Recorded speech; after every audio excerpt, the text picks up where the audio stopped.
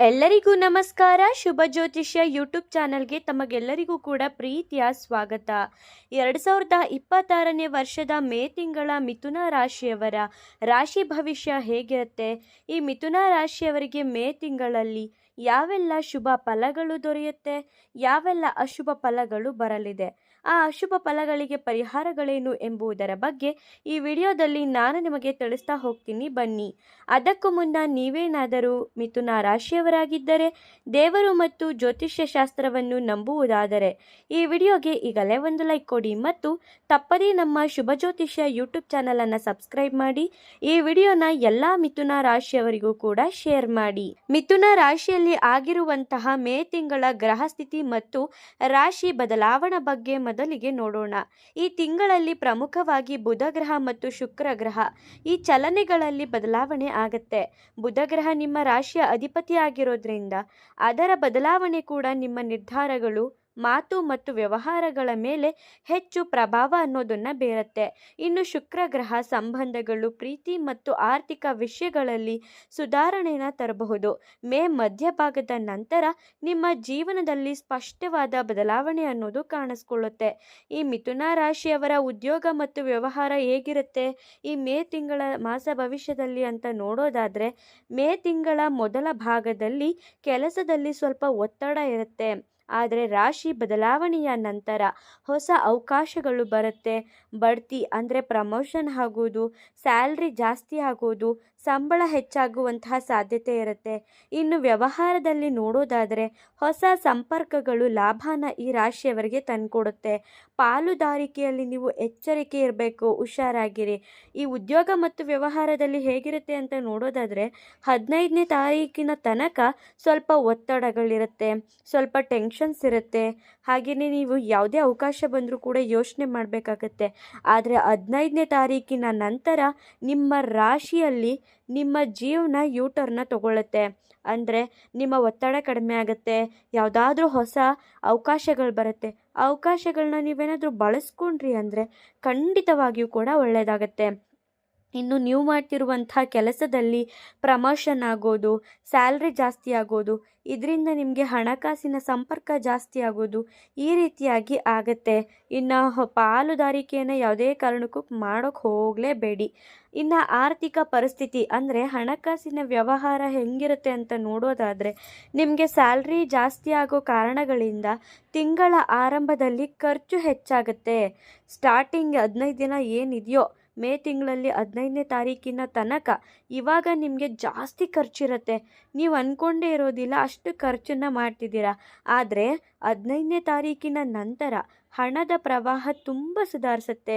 ಚೆನ್ನಾಗಿ ಹಣ ಬರುತ್ತೆ, ಇನ್ಕಮ್ ಜಾಸ್ತಿ ಆಗುತ್ತೆ, ಖರ್ಚು ಅನ್ನೋದು ಕೂಡ ಕ್ರಮೇಣವಾಗಿ ಕಡಿಮೆ ಆಗ್ತಾ ಬರುತ್ತೆ. ಇನ್ನು ಹಳೆಯ ಬಾಕಿ ಹಣ ಸಿಗುವಂತಹ ಸಾಧ್ಯತೆ ಇರುತ್ತೆ. ನೀವು ಯಾರಿಗಾದರೂ ಸಾಲ ಕೊಟ್ಬಿಟ್ಟಿರ್ತೀರ, ಎಲ್ಲಾದರೂ ನಿಮ್ಮ ದುಡ್ಡು ಒಂದು ಕಡೆ ಸಿಕ್ಕಾಕೊಂಡ್ಬಿಟ್ಟಿರುತ್ತೆ. ಆ ದುಡ್ಡು ಬರ್ದೇನೆ ನಿಮಗೆ ಒದ್ದಾಟ ನಡೆಸ್ತಿರ್ತೀರ, ಅಂತಹ ಹಣ ಕೂಡ ನಿಮಗೆ ವಾಪಸ್ ಸಿಗುವಂತಹ ಸಾಧ್ಯತೆ ಇರುತ್ತೆ. ಇನ್ನು ಹೂಡಿಕೆ ಮಾಡುವಾಗ ಯೋಚಿಸಿ ನಿರ್ಧಾರನ ತಗೋಬೇಕಾಗತ್ತೆ. ನೀವೇನಾದರೂ ಹಣ ಬರ್ತಿದೆ ಅಂತ ಹೇಳಿ ನೀವೆಲ್ಲಾದರೂ ಇನ್ವೆಸ್ಟ್ಮೆಂಟ್ ಮಾಡ್ತಿದ್ರೆ, ಆ ಥರ ಹಣ ಏನಾದರೂ ಹೂಡಿಕೆ ಮಾಡಬೇಕು ಅಂತ ಅನ್ಕೋತಿದ್ರೆ ಖಂಡಿತವಾಗಿಯೂ ಕೂಡ ಬಡ್ಡಿ ವ್ಯವಹಾರಕ್ಕೆ ಹಣನ ಹೂಡಿಕೆ ಮಾಡಬೇಡಿ. ನೀವು ಎಷ್ಟೇ ಹಣನ ಹೂಡಿಕೆ ಮಾಡಬೇಕು ಅಂತಿದ್ರೂ ಕೂಡ ಯೋಚನೆ ಮಾಡಿ ಹೂಡಿಕೆ ಮಾಡಬೇಕಾಗತ್ತೆ. ಇನ್ನು ಈ ಮೇ ತಿಂಗಳಲ್ಲಿ ಪ್ರೀತಿ ಮತ್ತು ಕುಟುಂಬ ಜೀವನ ಹೇಗಿರುತ್ತೆ ಈ ಮಿಥುನ ರಾಶಿಯವರಿಗೆ ಅಂತ ನೋಡೋದಾದರೆ, ಪ್ರೇಮ ಸಂಬಂಧಗಳಲ್ಲಿ ಆರಂಭದಲ್ಲಿ 15 ದಿನ ಮಿಸ್ಅಂಡರ್ಸ್ಟ್ಯಾಂಡಿಂಗ್ ಬರಬಹುದು. ನಂತರ ಸಂಬಂಧಗಳು ಗಟ್ಟಿಯಾಗತ್ತೆ. ಈ ಸ್ಟಾರ್ಟಿಂಗ್ 15 ದಿನ ಏನಿದೆಯೋ ನಿಮ್ಮ ಗ್ರಹ ಬದಲಾವಣೆ ಆಗೋ ತನಕ ಅಲ್ಲಿವರೆಗೂ ಕೂಡ ಸ್ವಲ್ಪ ಜಗಳಗಳು, ಮಿಸ್ಅಂಡರ್ಸ್ಟ್ಯಾಂಡಿಂಗು ಇದೆಲ್ಲವೂ ಕೂಡ ಇರುತ್ತೆ. ಆದರೆ ಆ ನಂತರ ಗ್ರಹ ಬದಲಾವಣೆ ಆದ ನಂತರ ಈ ಮಿಸ್ಅಂಡರ್ಸ್ಟ್ಯಾಂಡಿಂಗ್ ಎಲ್ಲ ದೂರ ಆಗುತ್ತೆ. ನಿಮ್ಮ ಸಂಬಂಧದಲ್ಲಿ ಸಾಮರಸ್ಯ ಇರುತ್ತೆ. ಹಾಗೆಯೇ ನಿಮ್ಮ ಸಂಬಂಧಗಳು ಕೂಡ ಗಟ್ಟಿಯಾಗತ್ತೆ.